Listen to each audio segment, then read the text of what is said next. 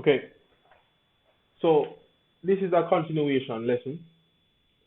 Last time we recorded about capacitance, we looked at several things, right? Now, whenever you charge a capacitor is a device that stores charge.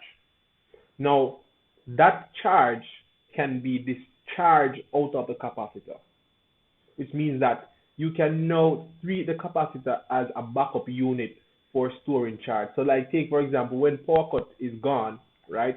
You have some, buildings or houses that are designed in such a way that they have some type of backup unit. Those are just capacitors that actually store some amount of electrical charge so that it can discharge over a period of time, right? And as soon as that capacitor is completely discharged, then you can expect that no more current is going to flow and all of that. Now, whenever we're discharging a capacitor, right, this is how the graph looks. There are three main graphs that we will come across. Whenever you're discharging a capacitor, the voltage across the capacitor is decreasing. Follow me? Now, if the voltage is decreasing, the current is also decreasing. Then not only the current, if current is also decreasing, the charge is also decreasing with respect to time. And this type of graph is an exponentially decreasing graph. Good? Whenever we have graphs shaping like this, we say it's an exponentially decreasing type of graph. Now we're going to learn about certain concepts. We're going to come up with an equation for a discharging capacitor, right, in this lesson. Now, you might be seeing this thing right here that says RC. You're going to hear more about it. RC is just what we call the time constant.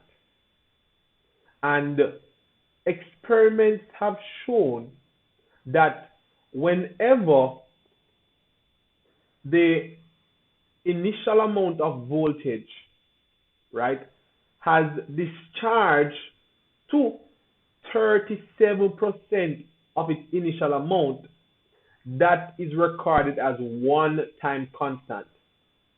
Now, textbooks can show us that with a capacitor will have at least 4 time constants before it completely discharges itself. So you'll hear more about the time constant, and there are several ways we can find the time constant. That is very important to us in this lesson. Now, here are some information for us to dissect a little bit.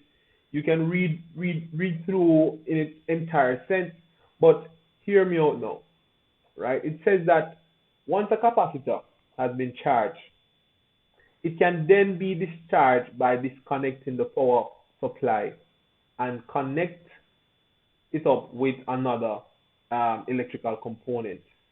This circuit right here is when we have a discharging capacitor, and that is just when there is no power source connected in the circuit.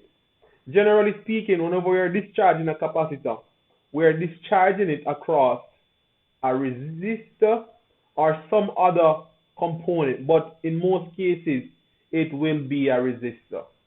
All right? Yeah.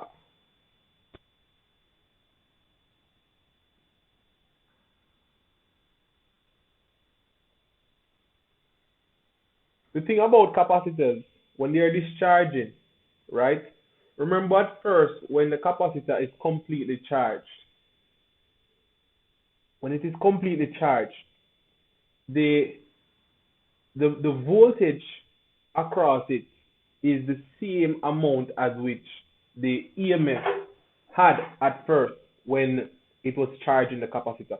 So if the battery that was used to charge the capacitor was a 12-volt battery, when the capacitor is completely charged, that capacitor is going to have the same amount of voltage that the battery has. But as soon as you disconnect the power source, the electrons packed on the negative plate are no longer subjected to the EMF, which means that they are going to now be able to can move from off of that plate, off of the negative plate. So it says here that they repel one another, and that is how we can expect that the current is going to be able to can flow within the circuit, because on the negative plate you have a bunch of electrons that are gathered together, right? So as soon as you remove the power source, those electrons don't have any EMF to kind of bind them to or bound them to the negative plate. So you would expect that they're going to now repel against each other, and with repelling, it then flows through the wires and more than likely goes across the resistor. All right.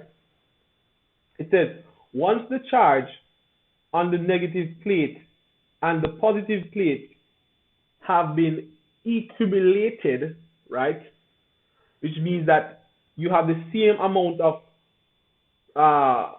charge on both plates, negative and positive, then there is no longer a potential difference across the capacitor, right? Which means that you don't have any free charge to move about in the circuit.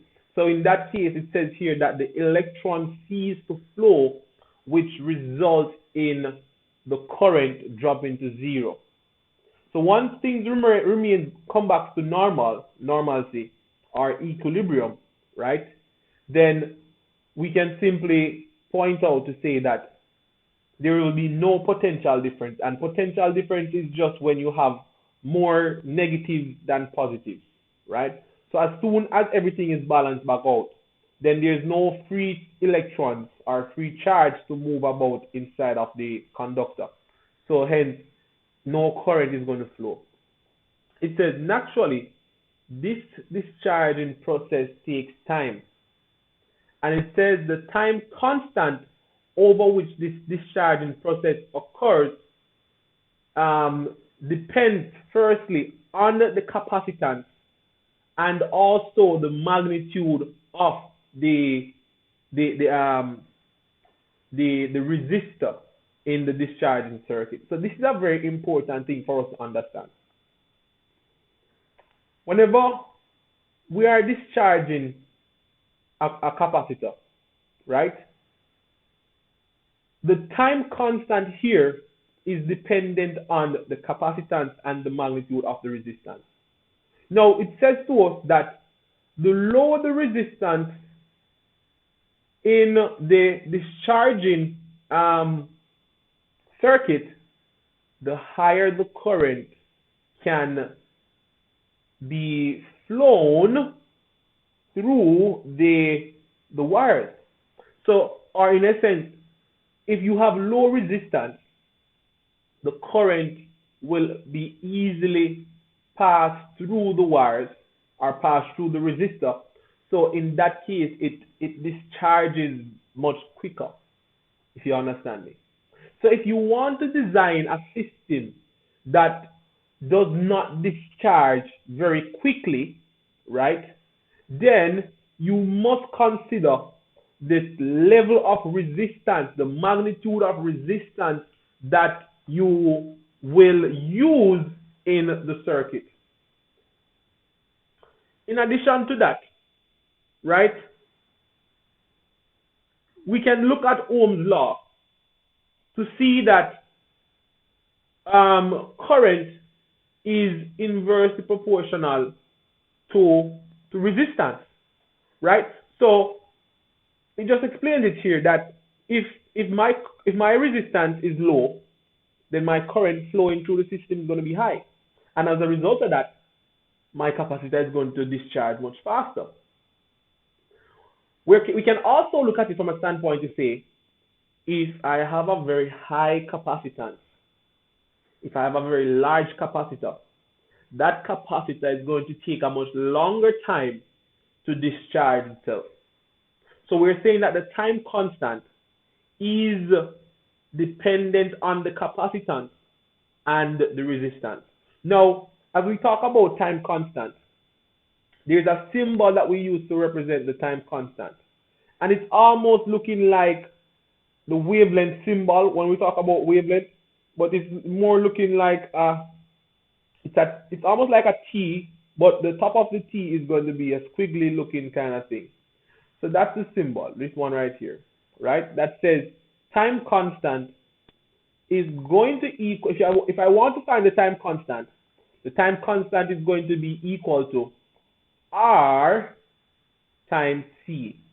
So anytime we want to find the time constant, right, this number here will tell us the time constant.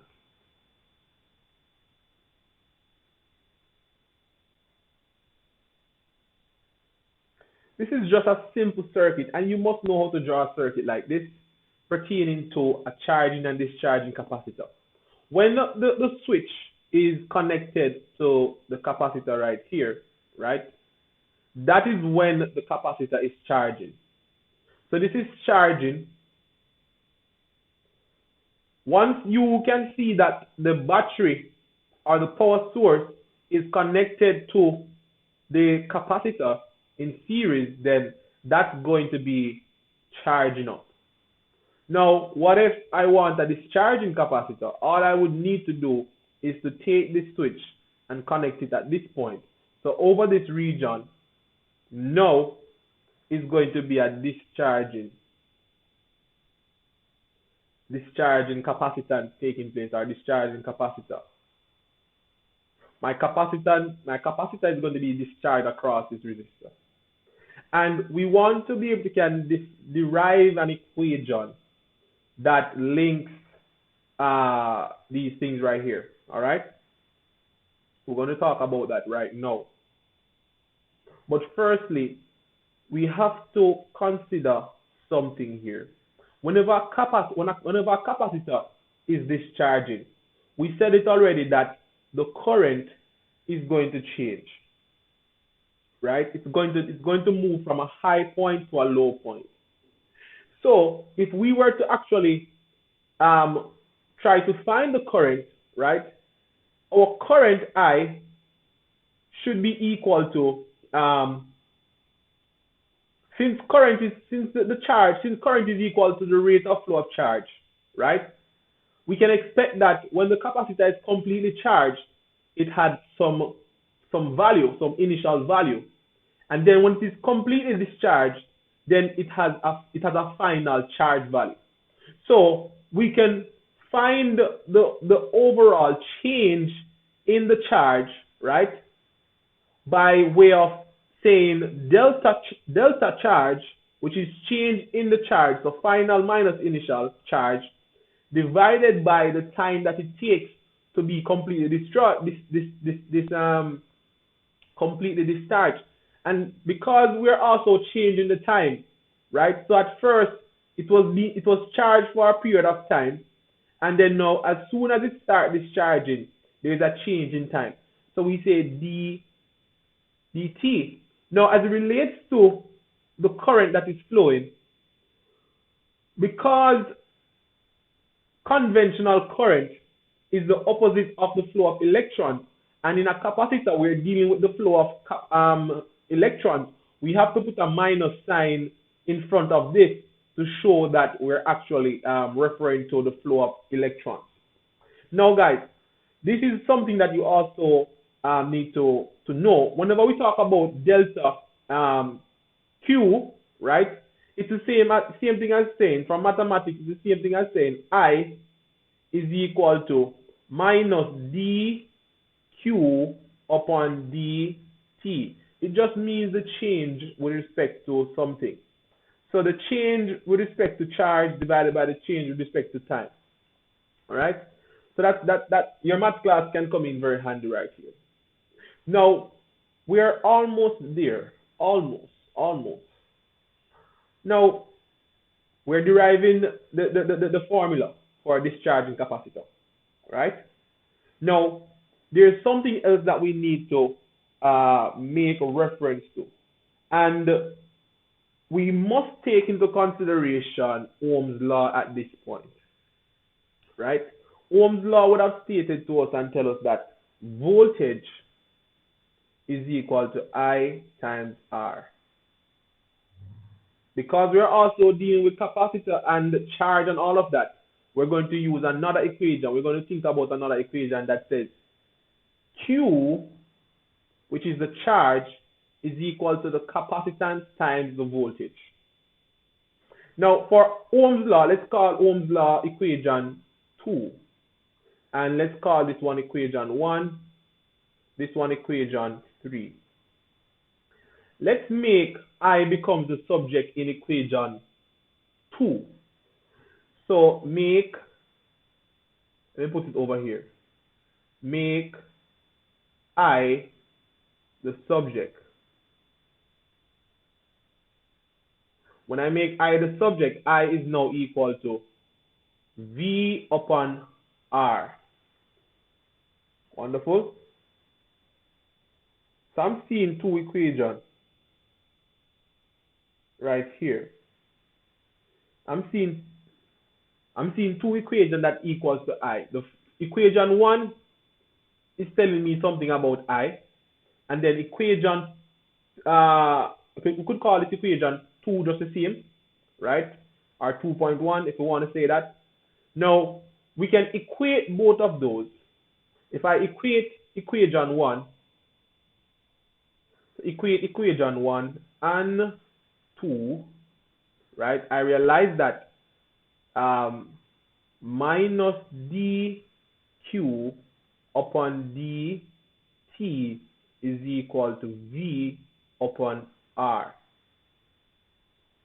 Now, as it relates to equation 3, let's take equation 3, which is Q equals C times V, and let's make V become the subject. Make V the subject, right? We can therefore see that V is now equal to Q upon C. Now, we want to make a substitution in this equation right here. So that V that we're looking at here, we can substitute it in this equation. So if I substitute that, I am left with minus dq upon dt, right, equal to Q divided by RC. Follow me? Now we're at this junction, right? In most cases, right, we like to group things that look familiar with each other. So what I will just need to do is to just rearrange my equation. I'm going to rearrange my equation so that, and just follow me right here. We want to get to this point. But before we can get to this point, I have to rearrange my equation. Right? So let me see if I have space around this side. Yes, I do have space. So at this point, we are at to say that d minus dq upon dt is equal to q upon r cr. It doesn't matter. Now I want to group things that look a little bit familiar. So I'm seeing dq right here, and I'm seeing q on this side. So that we have to simply transpose in this equation, right? I can bring the dt on this side and bring the q on the other side. So q is going to come down here. So we have dq upon q is equal to minus 1 upon rc times dt. It makes sense for me to just take the minus and bring it across here, right? I mean, there's no reason for it to be on that side, like, you know. So we can bring the minus over this side. Are you going to see why we need that at some point? Okay, so we're at that junction now. Now, whenever we have things like this, right, and we want to find, certain things, we have to involve a little bit, or if we want to get rid of the dq and the dt, we have to integrate the equation, right? We have to do a little bit of integration. So we are integrating within certain limits. So at first, right here, we're going to put an integration sign. But whenever we're integrating, there are certain limits. The limit is the highest amount of charge that is within the system, right, to the lowest amount of charge that is in the system for that side of the equation, right? So we start out with Q. Q would have been the highest amount. Then now Q naught would have been the lowest amount of charge that the system can have. Now, similarly, we have to integrate this thing as well with respect to certain limits. One of the limits here is going to be the final time, which is t, and the lower limit is going to be 0, because clearly when the thing started, the lower limit or the initial time would have been 0. Good? So that's that. So this charge right here is the charge that was started out with, your lower limit, and then now this charge right here, right, Q, is going to be the upper limit, which is just the final amount of charge that is left within the system. Q naught speaks to the initial amount. Now, by integration, right, we can do a few things, right? Now, integration here tells us that whenever we have whenever we're integrating, so let's imagine that we have dq upon, dq, putting in the limit, if I have 1 upon q, dq, whenever I'm integrating this thing, automatically mathematics tells me that 1 upon q is going to be ln q. All right? So let me just write the other side now. So the minus a half RC is a constant. So I can put that in front of the integration sign. It's already there. So I just go back and rewrite that. 1 upon RC. Then if I'm integrating, right, this integration, let me write about the limits. Now, in front of the dt, it's actually 1. So by putting in that variable 1, we're saying the integral of 1 dt. Now, whenever we are integrating this thing here, right, integration always said to us that if there is just a coefficient, right, you just put back the thing that you're integrating with respect to. So in this case, if I'm integrating 1, then it's going to be t when I finish the integration. But either way, let's look at it. So working from this side, I found out a while ago that whenever I'm integrating 1 upon q, that becomes ln q, right? And clearly, this is within a limit, right? That says the limit, upper limit is q, lower limit is dq. Now, writing back this thing here, I said a while ago that whenever we're integrating this thing, right, it must be integrated, or whenever we're integrating a constant, right, like 1 or so forth, then you just put back what you're integrating it with respect to. So we're integrating it with respect to t, so we'll just put back t, right? And then we'll put back our limits, t and 0. Now the next thing for us to do is to just expand this thing here, right? So generally speaking, this is what you should have. That says dq minus ln q naught. So you have to put in the limits here, and you have to pretty much subtract them. You understand?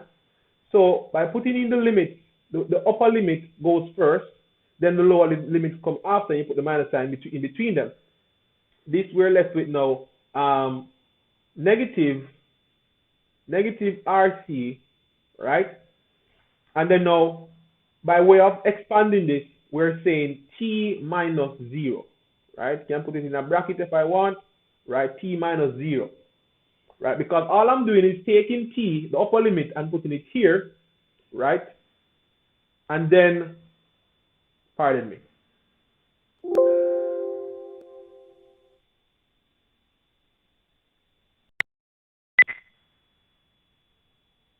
All right, so we're at this junction.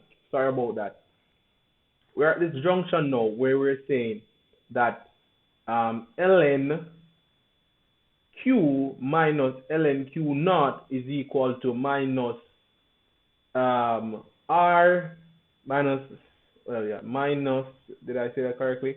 Minus 1 divided by rc times t minus 0. We said that, you know, obviously the lower limit is equal to 0 and the upper limit is equal to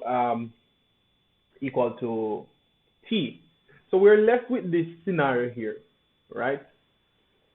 Let me just, before I talk about this side that says ln, right? Before I talk about that side, give me a second here. Sorry about that. Yeah.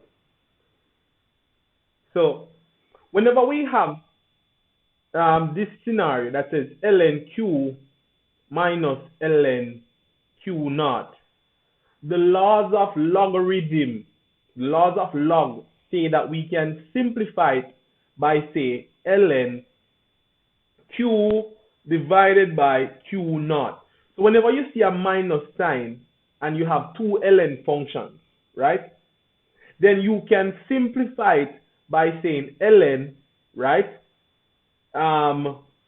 times q divided by q naught. Follow me? So with that being said, we can then write ln, which is the natural log of q, which is the upper limit, divided by the lower limit, q naught, and that is equal to minus 1 divided by rc multiplied by t. Now, we're not completely finished as yet. The last thing that we are going to do, let me just see if I can divide up this. The last thing that we're going to do is to introduce something here. There's also another thing whenever we're dealing with logs, right? Whenever we're dealing with logs, ln times e, right, cancels out. So the opposite of ln is e. So in a sense, you're saying ln times e is equal to 1. All right. So what we're going to do, we're going to get rid of the ln. In order for us to get rid of the ln, we have to e both sides. We have to find the exponent of both sides. So in essence, we're saying ln, right, times e, right, is going to cancel, leaving us with q upon q naught, right? All of this is now going to equal to, e. Whenever we e something, right, or find the exponent of something, whatsoever was there is now going to go in the numerator. So we have, or it's going to go in the power, I should say. It's going to go in the power. So what I have now is this, to say that minus t divided by rc, right, is going to be in the power. So we said ln and e cancels out. So we're left with q, right, divided by q naught is equal to e to the minus t divided by rc. We can then simplify this to say q is equal to q naught, right, times e, which is the exponent, raised to minus t divided by rc. Now, hear me out and hear me out clearly. Whenever we are discharging a capacitor, right, we start out with some initial amount of charge. We said that Q naught is your initial amount of charge. And then Q is your final charge. If you're discharging the capacitor, it means therefore that at some time you're going to have less than what you started out with in terms of the charge, right? And for that discharging capacitor, we can represent it using this equation that says the final charge is equal to the initial charge multiplied by the exponent of minus T divided by RC, where RC is the time constant.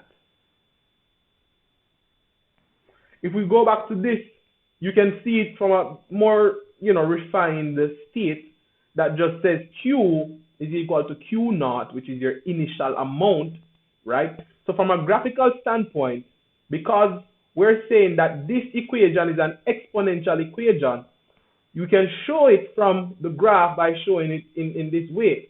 So we started out with Q naught, which is that amount, and at some point, right, when the charge reaches here, we can say that this is now Q, right? And obviously there's going to be a time allotted to that, right? So that's that in regards to the graph.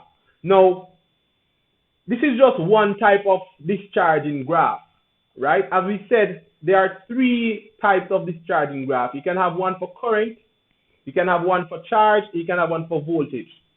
Now, the one that I just derived a while ago was the one for charge. So it says Q is equal to Q naught e to the minus T divided by RC.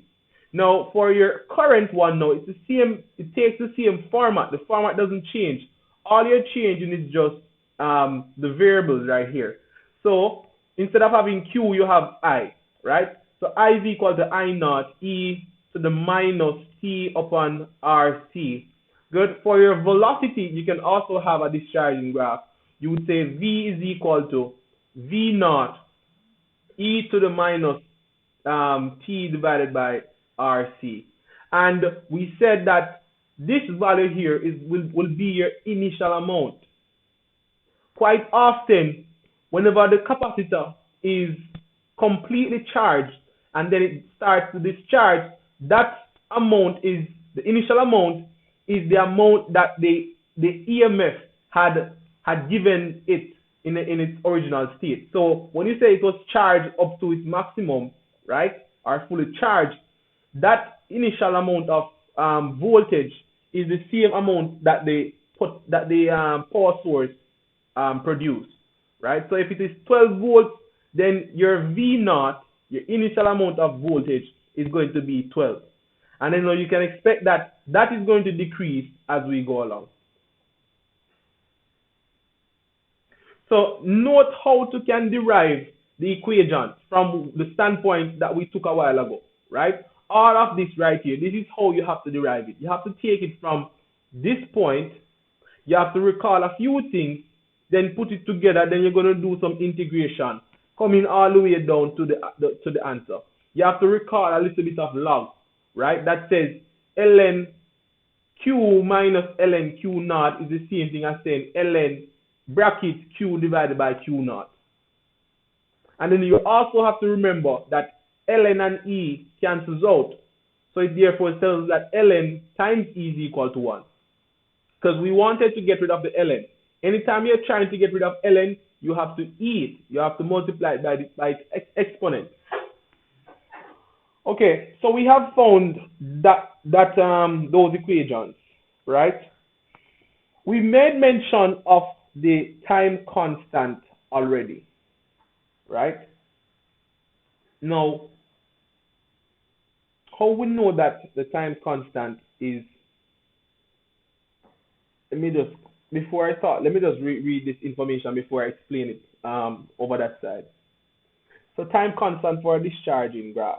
It says that the time it takes for the charge in a capacitor to fall to 37% of the initial value, right, given by rather the RC, so to speak. So that is RC is a time constant. So we're saying here that the time for a charge in a capacitor to fall to 37% of its initial amount is given by R multiplied by C, which is the same thing as what we call the time constant, right? Now it says that the value of the time constant is seen in the exponent of the equation, and we represent the time constant as this symbol here, right? So remember the symbol, this one right here is that symbol, and it's obviously equal to RC. It says for a discharging capacitor, when T is equal to the time constant, whenever the time is equal to the time constant, the charge on the capacitor would have decreased to approximately 75% of its initial amount. We can look at it from an equation standpoint. So let's start off by looking at this equation. Equation for voltage. We can use charge, we can use voltage, but let's use voltage. So V is equal to V naught E to the minus T upon RC. We're saying here that whenever T is equal to RC, right, that is when the capacitor is going to have 37% of its initial amount remaining. Now, based on this equation, if T is equal to RC, then obviously T divided by RC is going to equal to 1. So V is equal to V naught, right? Good. Times E, the exponent, minus 1 divided by 1, because T divided by RC is equal to 1. So in a sense, we're saying that V is equal to V naught times E to the minus 1. If you take out your calculators, right, and find the button that says exponent, it's the one above. So to find the exponent, you have to look at the ln button on your calculator. So ln, if I shift and press ln, I get my exponent. And if I put in there now minus 1, I get some value that says E to the minus 1 is equal to 0.367, which is approximately equal to, right, or this sign is the approximation sign that says 0.37. So in essence, we're saying that whenever T, the time, is equal to RC, V is equal to, or the final voltage is going to be 37% of the initial amount, or we can say 0.37 V naught, which is the same thing as the 37%. So you know 37% is 37 divided by 100, which is the same thing as saying 0.37. So that's that. We can find it on the graph. We can find it on the graph.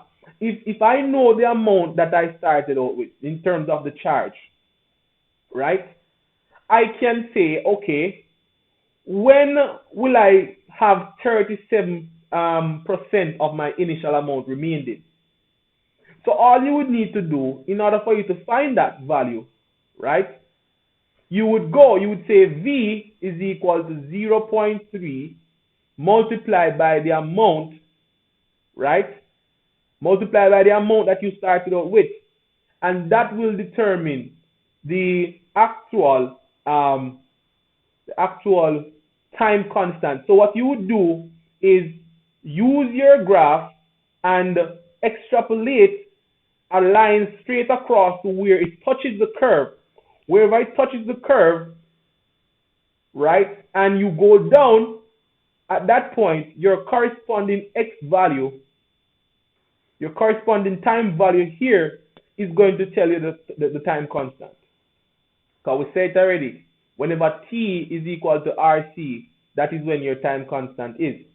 So if I know the time, the literal time, I then know what RC is equal to.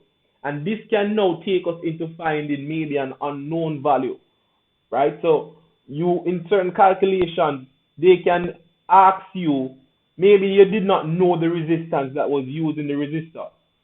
But by nature of using the graph, you can find out what the resistance is, or in some cases what the capacitance is, right?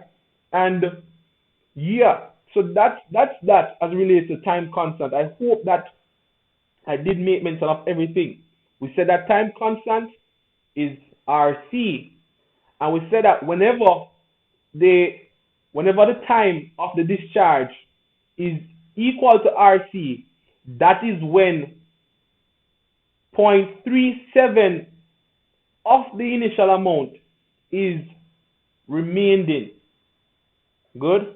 It says here that a capacitor that is fully discharged takes about 5 time constant. So there are 5 times that you will have a time constant. So from this value, from this point, right, this point is going to be another initial point in a sense.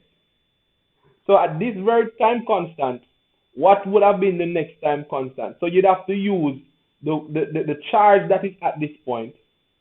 So this would have been your initial charge. Then you would have considered when will that charge, that amount remain reach to 37% of its initial amount. And then you would find your second time constant, 2RC. So there, you know, if we do say that, then you have to consider the first point, the first time constant, what would be the charge at that point. That charge will then determine what the second time constant is going to be, right? Because you're taking it from that standpoint at that time. Now, there's something spectacular about the discharging equation. From time to time, we will have to linearize the discharging equation. Remember, the discharging equation is given to us as V is equal to V naught E to the minus T divided by RC, right? Providing that we get this equation, they can tell you to linearize it, linearize this equation. Now, before we talk about linearizing it, right, there is something that I want to write on the screen here. As it relates to ln, right, this is just a side.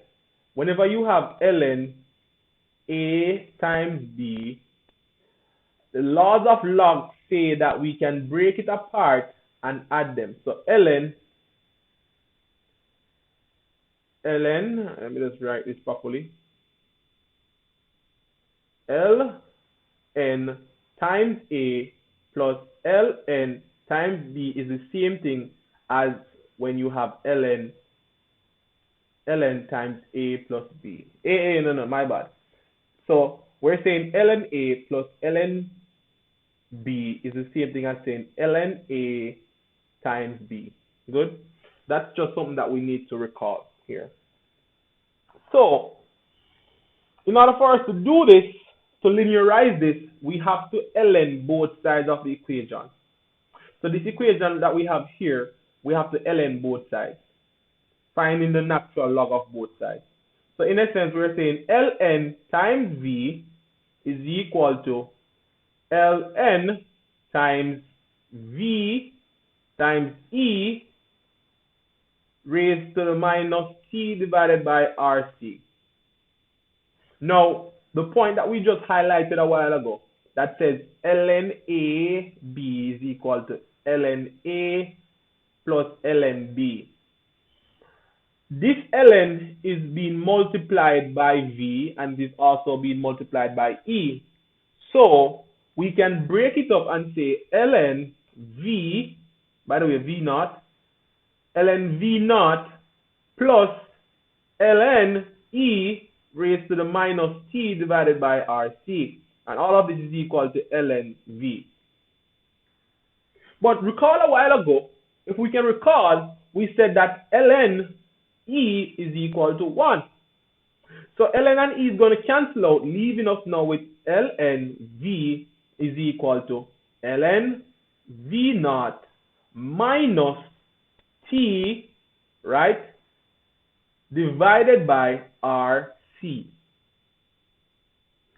Now, whenever we are plotting a graph, right, there must be a y variable and there must be an x variable.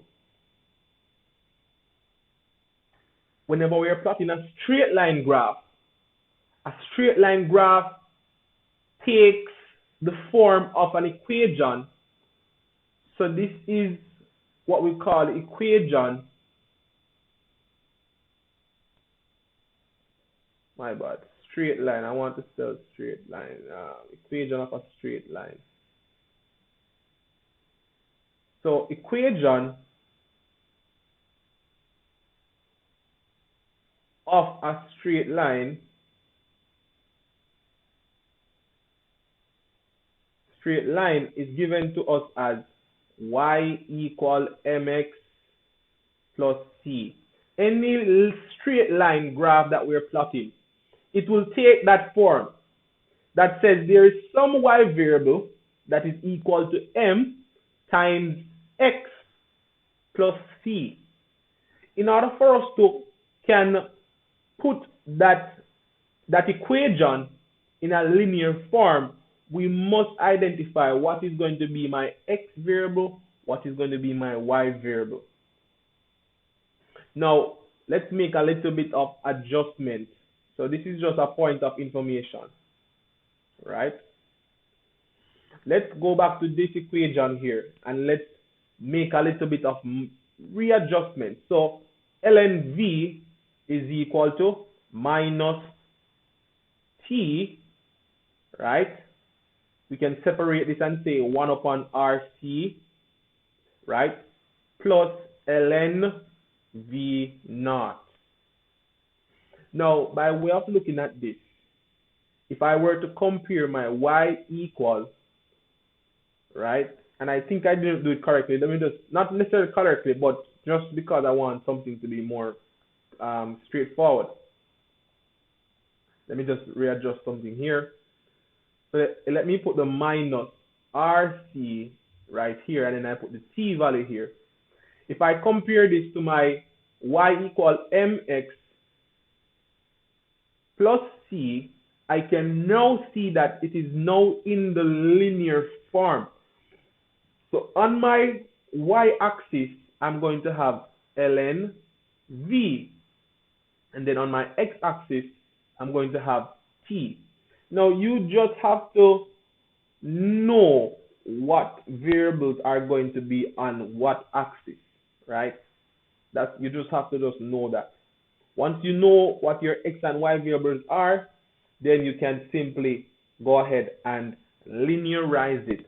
And this thing right here about linearization of equations is going to be coming back at you again. So now that we have this, we can now plot the graph. When we plot the graph for a discharging capacitor, we get a straight line graph with a negative gradient going downwards like this. Now, as it relates to this equation here, right? I want you to understand that we said ln V is going to be my y value. Good. Then, as it relates to m is going to be equal to negative 1 upon RC, where m is my gradient, All right. Then wherever C is, now C is going to be is going to equal to ln V naught. Good. So C is what we call the y intercept. That's where the straight line graph intersects or intercepts with the y axis. So at that very point, that's where it intersects with the y axis. Anywhere it cuts it, that's your y intercept, and that is equal to ln V naught. All right, good. So we identify certain things here, right? Hear me out now, guys. So in this regard, sometimes the reason why they allow us to linearize a graph, right, is because they probably want us to find the RC value. So after linearizing the graph and you plot it and you draw your line, you're going to get a gradient. Hear me out clearly. Whenever you see a graph looking like this, whenever it's going down like that, right, the value for the gradient that you calculate, and gradient we know m is equal to y2 minus y1 divided by x2 minus x1. That value that you get is going to be a negative gradient. We can choose we can do a quick example. Let me just imagine that this is a point, right, on our graph that we're going to use to calculate our gradient. And let's imagine that this is going to be my x1 and this is going to be my y1. Let's put some values. So let's say that x is equal to 2 and y is equal to 5 for argument's sake. Because this is my second point, I'm going to say x2 minus, well, not minus, x2, y2, good? And the values that I'm going to use is, let's just say that the time here is going to be 10, and that x, and that's the x value. Then now y is going to be, let's call it, obviously it has to be a lower value. Let's just call it 2. Good? Just working something here to show you that m is going to be equal to a negative value, right? So if I go ahead now and put that in the calculation, or put that in the formula for calculating the gradient, I need to locate my y2 value, which is 2, and my y1 value is 5. Let's divide this. Then now x2 is 10, right? And that's going to be subtracted by 2. So if we work this out, the numerator alone shows us that if you subtract 2 from, or if you subtract 2 from minus 5, or say 2 minus 5 here, in this case, it's going to give you a minus 3 divided by 8, right? So clearly we can see that m is going to equal to a negative value. That's the calculation that you're going to get. Now, guys, the next thing would be, let me just clear up the screen a little bit here, right? So I have a little bit more space. Now that you have this value, right? Now that you have that value, what you would do, since you can recall that m is equal to negative 1 upon RC, as I said before, there are times when the calculation is just for you to find the RC value. So now that you know the gradient, which is equal to negative 3 upon 8, you're going to equate that to the minus 1 upon RC, and then you're going to make RC becomes the subject. So if I do a transposition, right, if I bring RC over this side, then what I really, before we would do that, we can see that the negatives are going to cancel out.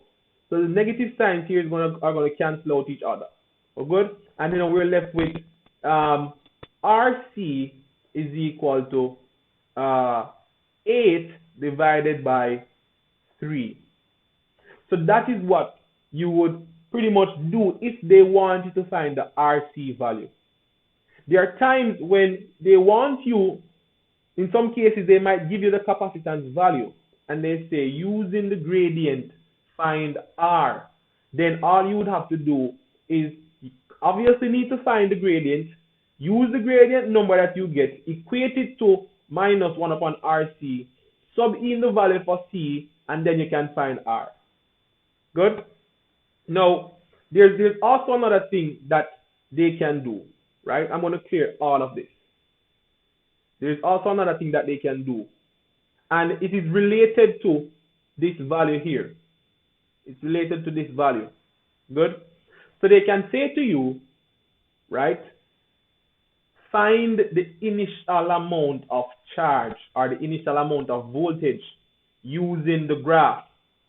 So by way of plotting the graph, right, you would have found a point where your line touches the y-axis. That's your y-intercept. So your y-intercept from this equation is equal to ln v naught, right? Now, if I want to find v, right, I have to ln. If I want to find v naught, I need v naught by itself. Let's imagine that this point where the line cuts the graph has a value of say 8. Let's say it is 8 for argument's sake. So we're saying that that's the number that you're actually seeing. So imagine that you have 0, 1, 2, 3, 4, 5, 6, 7, 8. So C is equal to 8. Now we want to find V naught, but there's an ln in front of it. How did we say we can get rid of an ln? We can get rid of an ln by multiplying both sides by e. So we're going to have e raised to the 8th power is equal to ln multiplied by e is going to cancel out, giving us that e raised to 8 is given as or you can, even if you put the e right here, if you put the 8 rather, if you put the 8 in front of it, it won't affect it, because in the calculator you will be just putting it right here, right? So e multiplied by 8 is equal to v naught. If you were to put that in your calculator, I'm not saying that this might be accurate, but e to the 8 gives you a value. For me, for my calculator, it tells me that e to the 8 gives you 2.98. So that would have told you the initial amount of voltage, which is just the same EMF possibly that you could actually, if the capacitor was completely charged, right? This would have been the value for the EMF. We say that V naught is the initial voltage, right? So there are many scope of things that they can ask you to do as it relates to this thing, all right? But just remember the main equation. The main equation is ln v is equal to minus 1 upon RC times T plus ln v naught, where we say that y is equal to mx plus c. So anything that corresponds to this is that m corresponds to that which is negative, so the negative sign has to be involved. X corresponds with t, c corresponds with ln v naught. Now, in just the same way, there's an equation for discharging a capacitor. There's also an equation for charging a capacitor. So there's one for discharging, there's one for charging up, right? And this one, we can also derive it. Firstly, let's look at something here from a circuit standpoint. Whenever a capacitor is being charged, there is a series circuit. So this is when the capacitor is being charged, right? Charging, where the voltage or the power source is connected in series with the capacitor, and the capacitor is connected in series with the resistor. So if we were to consider from, Kirchhoff's Kirchhoff's second law, that tells us that the sum of the EMF is equal to the sum of the potential drop or the potential difference across each component. Now, hear me out and hear me out clearly, right? So from Kirchhoff's second law, our EMF is going to be V naught, right? That's the maximum, or that's the voltage that is coming from the power source. And that is equal to the sum of the potential drop across the capacitor and the resistor. So hear me out. We know in a series circuit the voltage is divided, obviously. So the voltage across the resistor is going to be different from the voltage across the capacitor, right? So we start out with this equation. Now, as it relates to voltage, by just linking Ohm's law, we know that voltage is equal to I times R. Good? I times R. Now, hear me out again.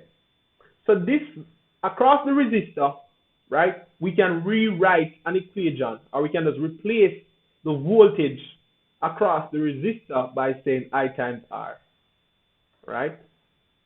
So here's it now, to say that V naught is equal to I times R plus VC. That's just we deriving the equation. Now guys, there is something spectacular that happens when there's a discharging when there's a charging taking place in a capacitor. What you find, guys, is that whenever you're charging up the capacitor, right, you are reducing the amount of current that will flow through the resistor. So in a sense, across the resistor, there is some type of discharging in terms of the actual current. You understand? Meaning that the current across the resistor is going to reduce because all of the charge in this from the power source is going to be accumulated. On the plate. So what we're saying is that you're reducing the current that is flowing through the resistor when you're charging it up, right? You're reducing the current. So if we're reducing the current, right, then from an equation standpoint, I, which is the current, is going to be equal to I naught times e to the minus, right, minus t divided by RC. So the capacitor, while the capacitor is being charged, the current is discharging across the resistor, right? Which means that the current value is decreasing slowly across the resistor until the capacitor is completely charged. So we're saying I in the V equation here a while ago is ultimately equal to I naught, right, times e to the minus t upon RC multiplied by R. So if we go back to this equation here, if we go back to that equation that says, let me see if I can write it here, that says V naught is equal to I times R, whereby I see I, right, I would replace it with, or whereby I see IR, I would replace it with I naught times R e to the minus t divided by RC, right, plus VC. The idea for us to do this, right, we want to find VC. We want to find VC now. That's what we really want to find, right? That's what we want to find. So hear me out now, right? We're going to make a transposition to make VC become the subject. So if I were to transpose, I would take this and bring it across the equal sign. So in a sense, VC is equal to V naught, right, minus I naught times R, right, times e to the minus t divided by RC. Now, guys, the next thing that we are going to do, right, remember, hear me out and hear me out clearly, right, as in regards to the EMF, right, before the EMF starts to send its voltage to the capacitor, right? The actual amount that V naught is can be determined by using Ohm's law. So V naught is really equal to I naught times R. So this is just without the capacitor in the circuit, right? So if I wanted to find V naught, which is the initial amount of voltage, I would obviously have to times the initial amount of charge by the resistance to find V naught. So I can replace that in the equation. So from this equation here that says VC is equal to V naught minus, we're replacing we're replacing I naught times R by saying V naught e to the minus t upon RC. But there's something spectacular here. I'm seeing two V naught. So I could do this. I could say VC is equal to V naught, right? Factor out the V naught. We're left with 1 minus e raised to the minus t divided by RC. Close bracket. And that now completes what? The charging, the equation for charging a capacitor. You can see it right here that whenever we're charging a capacitor, right, you essentially, the voltage across the capacitor when you're charging it is equal to V naught open bracket times 1 minus e to the minus t divided by RC. So that's for charging a capacitor. That's the equation. Discharging a capacitor has its own equation, and charging a capacitor has its own equation. Now, in the same breath, a discharging capacitor has a time constant. A charging capacitor also has a time constant. There's a slightly difference to the time constant when we're talking about charging capacitor. It says here that the time constant during charging is defined as the time taken for the capacitor to reach 0.63 of its maximum, right? The maximum being the EMF of the battery.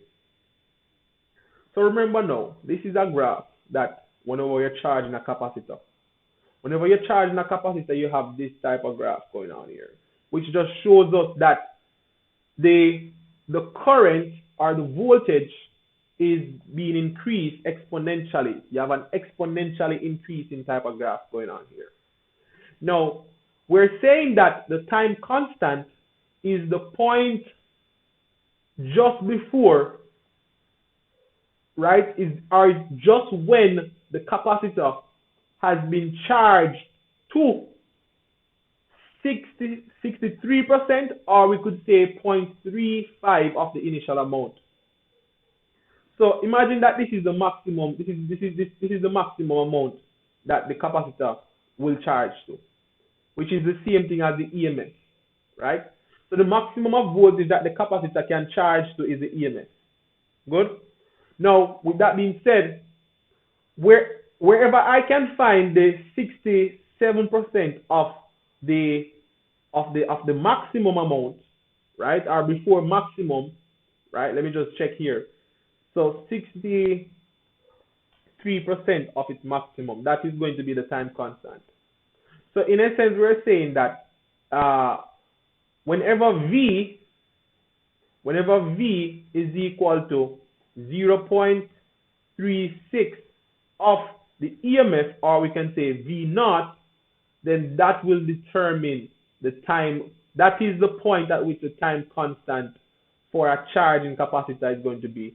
So by way of just reading off this value right here, the V value, and then reading off the time value, then this will determine the RC of your graph. Good? And we know that for time constant, R times C tells you your time constant as well. So there are several ways you can find the time constant. You can find the time constant from the graph, right?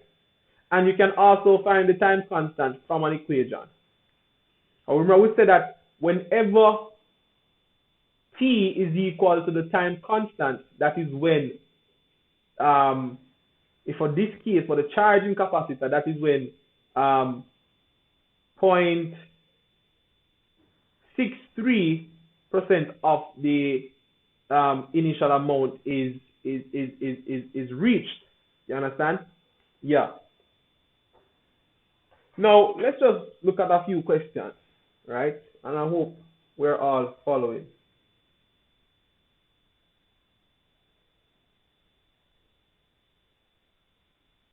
Here you have a few questions. It says define capacitance.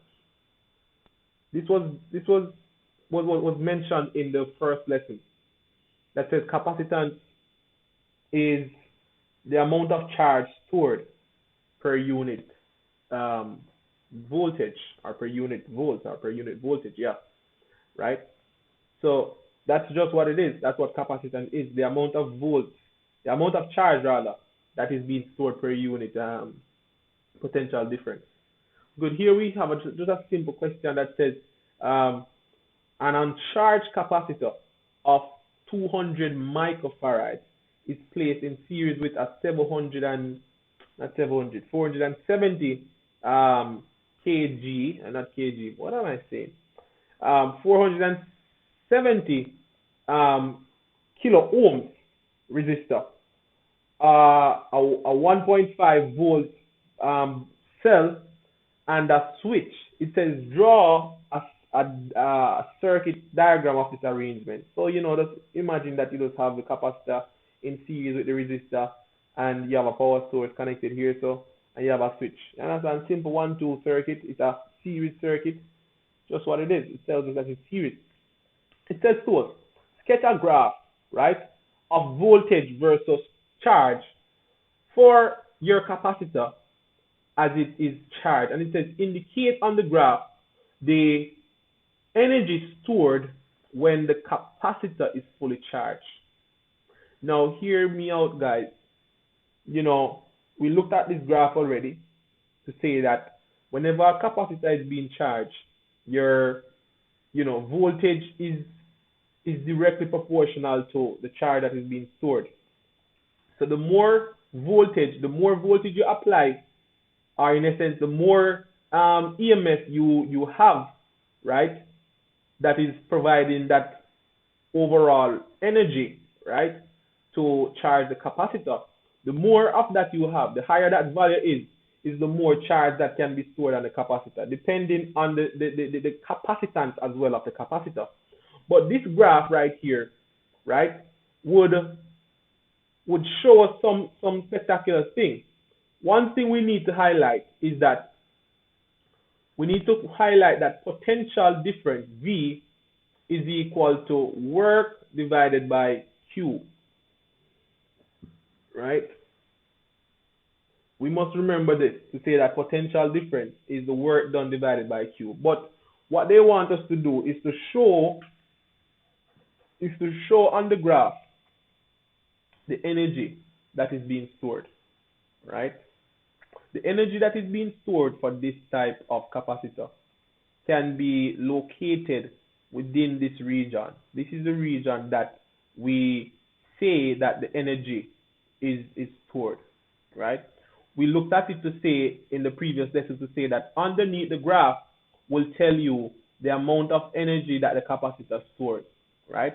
And in another question that we're going to do now, we're going to determine the amount of energy that is stored when the capacitor is fully charged. In order for us to do that, if we just located a while ago the amount of energy that is being stored here, right? Then in essence, we're saying that if I know the area underneath this graph, right? So it tells us that whenever we have the capacitor, right, and it is being charged up, good, to its maximum amount, the amount of energy that is stored, right, is going to be determined by finding the area underneath the graph. And this is a triangle. And the area of a triangle is given to us as half the base times the height. So from the graphical standpoint here, our base is going to equal to Q. So we say that half times Q times the Y value, which is the height, to where, so more than likely it will be up to this point. So the values that you would have to read is obviously from here, right? And then now for the Q value, you'd have to read the Q from here. Because, you know, measuring all of this would measure your base and your height, obviously, from that standpoint. So that's going to be multiplied by the voltage. And with that being said, we can find what the thing is. But before we can do that, right, there are several equations to find the energy that is being stored. So we just found that this right here, and whenever we're talking about energy in terms of capacitor, we use U. Now, recall something quickly. For capacitance, we know the capacitance is equal to Q divided by V. We can get another equation that says U is equal, if I were to, from this question, this is one question here, right? So the question that we're working around here is the same question here. Now, the question gave us the capacitance, C. It gives us the R, the resistance, right? And it also gives us this value, V, right? There's nothing related to charge. So, my best guess is that we have to use an equation, right, in terms of finding the energy stored that does not involve Q. This equation said, you know, energy stored is equal to half times Q times V, but we don't know what the charge is. So we have to make a substitution.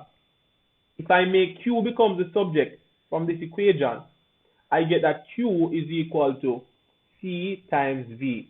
And as a result, we can now make a substitution to say U is going to equal to a half. We're substituting for Q, so we are saying C times V is going to give us U equal to a half times C times V squared, right? And that's just another equation. So by using that equation, we can plug in the values that we have. We got the value for the voltage, we got the value for the capacitance. So by just working out all of this, right, we can ultimately find the energy that is stored in the capacitor. And this is just another question, right, that says, it says with reference to the graph, it says show that the energy stored in a capacitor is given by W, which is just talking about the work. Hear me out, guys. The charge that, or not the charge, but the energy that is stored in a capacitor is equivalent to the work that was done to charge the capacitor. All right? So just remember that any amount of energy that is stored in a capacitor, that is equal to the amount of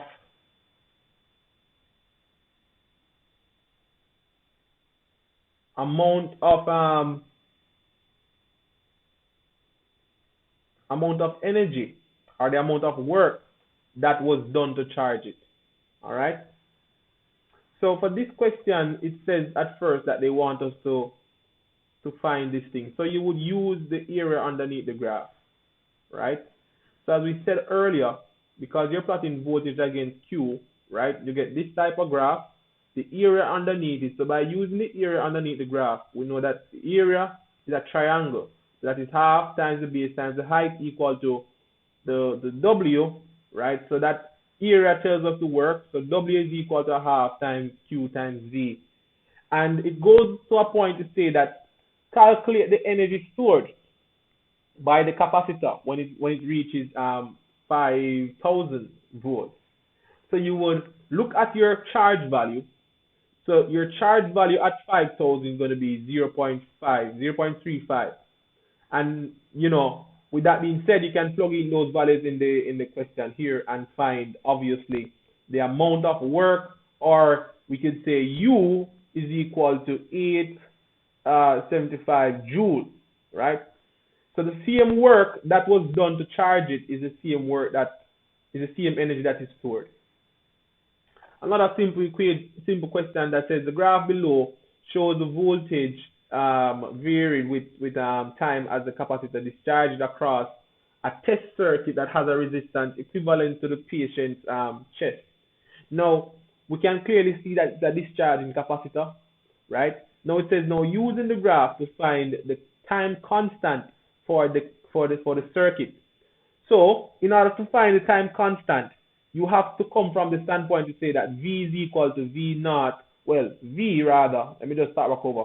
V at time constant. That is when 0.37 times. Let me just say it again. At time constant, that is when 0.37 of the initial amount is remaining, right? So if I know the initial amount, which is 5,000, right? The initial amount is 5,000. I can calculate how much is remaining when it reaches 37% of the initial amount. So V is now going to equal to 0.37 times 5,000. When you work out that, you get something to say 1,850. So let's try it in your calculators. Times 5,000. That equates itself to about 1,850 volts. So all you would have to do now is to go on your graph, find the voltage 1,850. So you just extrapolate across, right? Wherever it touches the point, wherever your line touches the curve, you just read the corresponding x value. So in this case, we can approximate it to say that the time constant is going to equal to about 3.2 seconds. The time constant is really a second. It's really seconds, but just work with it as being second because it's actually a time. Now, the question move on to tell us that the total capacitance of the circuit including the pedals and the chest is 47 ohms. It says calculate the capacitance of the capacitor. If you know your time constant T, you know that time constant is equal to RC, right? Then clearly, because of what we just calculated a while ago, we know the time constant, which is 3.2, right? Equal to RC. They told you what R is equal to. R is equal to 47 times C.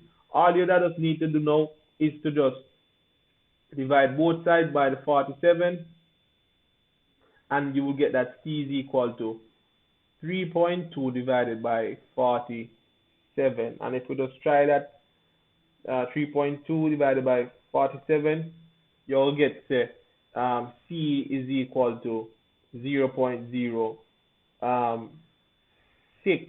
And we're talking about capacitance, so that is measured in farads, right? So that's the capacitance. Now, That's a very high capacitance in the first place. But hear me out now. Looking at back at this, you can see that the capacitor is going to discharge very quickly because the resistance between the pedal, including the pedal and the check, is very low, right? So this capacitor is going to discharge very quickly. As you can see, right, one time constant is going to be around 3 seconds, right? 3 milliseconds actually. So I think we had done a miscalculation here. So it's not 3.2 seconds, it's 3 milliseconds. So we have to put in the milli right here. And also in the calculation, so milli has to be here. All right, so let's just correct the answer. So 3.2 times e to the minus 3 divided by the 47.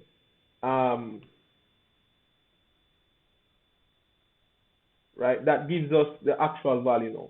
So it's not really this, it's not this, but it's more likely going to be this value, to say 6.8, right, times 10 to the minus 5 farad, or you could say 68 microfarad. So that completes that. Now I believe that this is the end of the presentation. All right, and this is the end of us talking about capacitance. Okay.